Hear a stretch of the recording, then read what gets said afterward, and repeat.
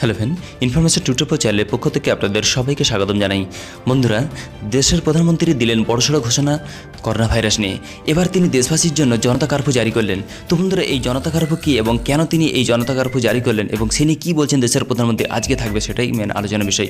তো ফ্রেন্ড, অবশ্যই ভিডিওটি প্রথম থেকে লাস্ট পর্যন্ত দেখবেন এবং বেশি বেশি করে শেয়ার করে সবাইকে জানিয়ে দেবেন, কারণ জনতা কার্ফু কী সেটা জেনে নেওয়া আপনার জন্য কিন্তু অত্যন্ত জরুরি, না হলে কিন্তু আপনিও চরম বিপদের মধ্যে পড়তে পারেন। তো বন্ধুরা, জেনে নেওয়া যাক জনতা কার্ফু কী। তো বন্ধুরা, করোনা ভাইরাসের মোকাবিলায় জাতির উদ্দেশ্যে আগামী রবিবার 22শে মার্চ জনতা কার্ফুর ডাক দিয়েছেন দেশের প্রধানমন্ত্রী নরেন্দ্র মোদী। তিনি জানিয়েছেন যে এই কার্ফু ভারতের জনতার দ্বারা এবং জনতার জন্যই। রবিবার সকাল 7টা থেকে রাত 9টা পর্যন্ত এই কার্ফু হবে বলে তিনি জানিয়েছেন। বন্ধুরা, প্রধানমন্ত্রী জানিয়েছেন যে এই কার্ফু সকলের জন্যই লাগু হবে এবং সব নাগরিককেই বাড়ির মধ্যে থাকার অনুরোধ করেছেন তিনি।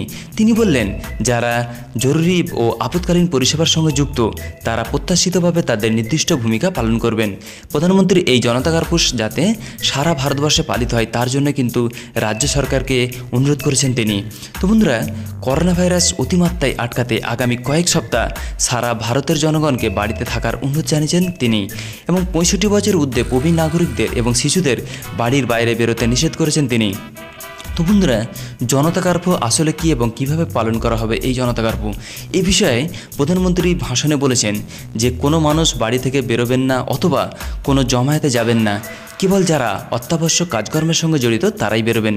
তিনি বললেন সব নাগরিককেই এটা মেনে চলা দরকার।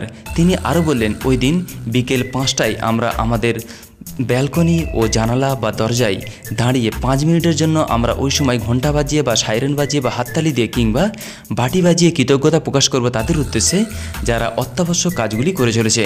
তো বন্ধুরা, জনতা কার্ফু সম্পর্কে প্রধানমন্ত্রী বলেন, এই দিনের অভ্যাসের ফলে সামাজিক দূরত্ব বজায় রাখার নতুন শৃঙ্খলা তৈরি হবে। তিনি বললেন, সংযম ও সংকল্প কাজে লাগিয়ে আমরা করোনা ভাইরাসকে আটকাতে পারবো এবং করোনা ভাইরাসের সাথে সাথে লড়াই করে চলবো বলে তিনি জানালেন। ওই দিন সরকার নতুন কিছু নিষেধাজ্ঞাও জারি করেছেন। তার মধ্যে অন্যতম হলো রবিবার থেকে 1 সপ্তাহের জন্য আন্তর্জাতিক বিমান দেশে চালু হবে না এবং পাশাপাশি অধিকাংশ সংস্থার কর্মীদের বাড়িতে বসে কাজ করারও পরামর্শ দিয়েছেন তিনি।